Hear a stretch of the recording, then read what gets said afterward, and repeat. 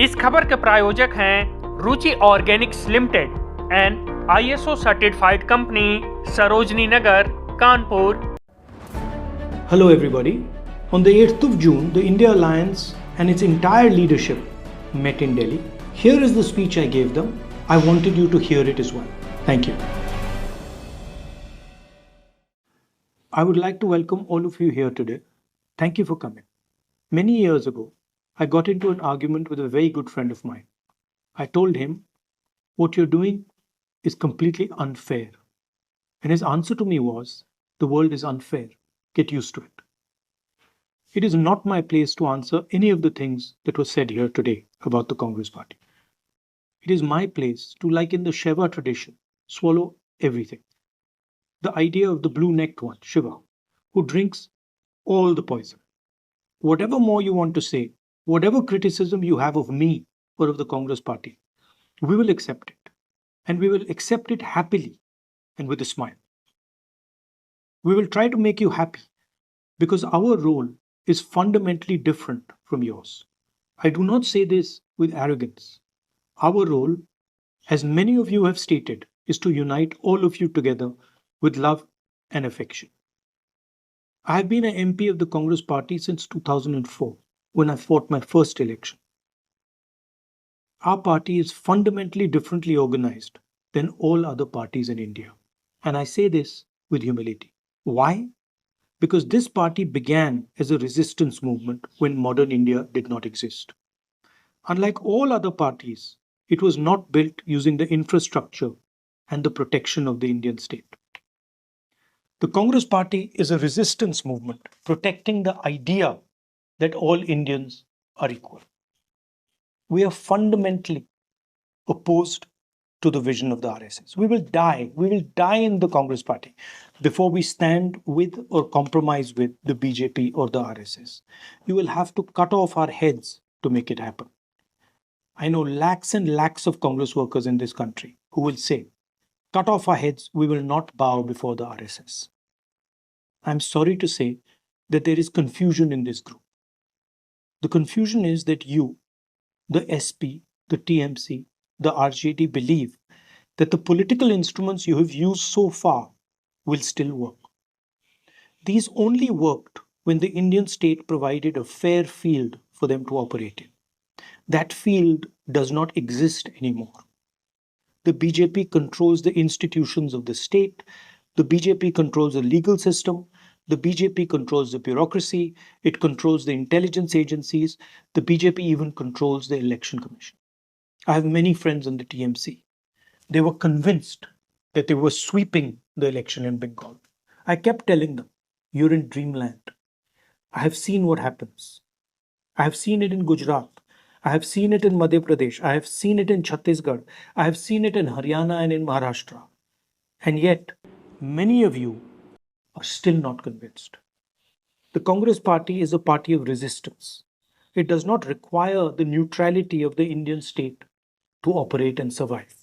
In fact, the more the institutions of the Indian state are throttled, the more they are captured, the more aggressively the Congress party will fight to defend the Constitution of India. All of us share the ideals of the Congress party. What are those ideals? Satya, Ahimsa, and compassion, Karuna. What is the main issue over here? I have no interest in fighting you. I would have to be a madman to suddenly get up and say, I'm going to fight you. Because you are our allies. You are our friends. You are the people we love. Please understand, we won the last election in 2024. We did not lose the 2024 election. You asked why Nitish ji left. It was not because of me. It was not because of the Congress party. And I will tell you that in the near future, even those few instruments that used to work will stop working because the BJP and the RSS are tightening their grip on the Indian state. The Congress party faced this very same decision more than 100 years ago. We were a political organization before 1927. The day Gandhiji said, we want independence, we became a resistance movement. If political parties can't function, then what can? Resistance functions. Resistance works. Wherever we resist, it works. I have seen it with my own eyes. I have walked 4,000 kilometers across this country. Resistance works. You don't need political architecture. You don't need the bureaucracy. You don't need the intelligence agencies. You need the act of resistance, meaning I will resist, I will not allow injustice. Full stop. The end. It is a spirit. It is not an organization. It is a way of thinking. And whether we like it or not, that is where we will have to go. The mindset has to change. The mindset must now be we will not fight each other. We will not give the press a chance to attack us. We will resist. You're thinking that the challenge is winning the next election. The next election is already won. Please understand, there is so much anger among the people of India that the next election is already over. The problem is the capture of the instruments of the Indian state by the RSS. The problem is that you will not have a free and fair election to win. And so we have to go into the mode of resistance. Resistance is CBSC. Resistance is NEET. Resistance is going to Greater Nicobar. Resistance is the Bharat Jodo Yatra. You get up in the morning and you say, how can I resist? And you resist. That will work. I guarantee you it will work. And from my perspective, I'm more than happy to absorb any criticism from any quarter because for me, this is a religious duty. This is a spiritual duty. This is no longer politics. And that is why I promise you, I will bear every single humiliation that I have to bear to knit this group together and make it succeed. How to proceed is very simple. We have to get away from a certain idea. Mamta ji is not 100% sure, but she is about 90% sure that her election was stolen. Uddhav ji is 40% sure that his election was stolen. My brother Tejashwi is 40% sure. Listen, 100% the elections are being stolen. Please remove any doubt from your minds. And please understand that it takes years and years to build a social media presence. It does not happen organically in a week.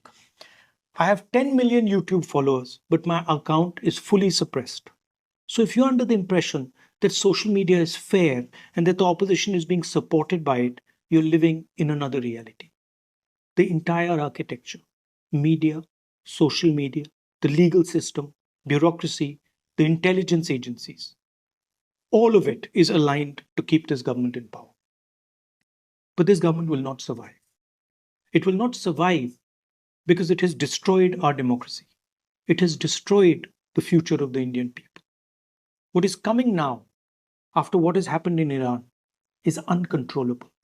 It is uncontrollable, and it is going to create a space for us to mobilize the masses.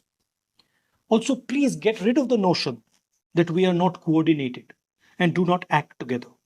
These are all ideas that the BJP and their friends in the media are putting out.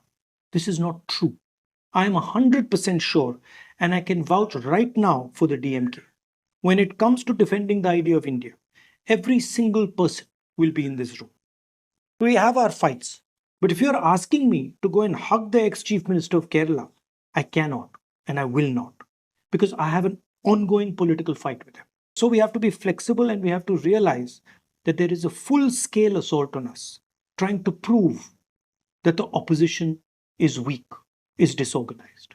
Finally, I find that in our discussions, there is often a tinge of depression. People think, oh my God, how will we ever beat the BJP? Let me tell you, it is easy to beat them if we stand together and resist. In the last election, nobody in this room except me believed that we could beat the BJP. Now everybody in this room must start believing that we will defeat them. You start with that belief, and I guarantee you, state after state, election after election, whether they cheat or don't cheat, they will fall. Thank you very much.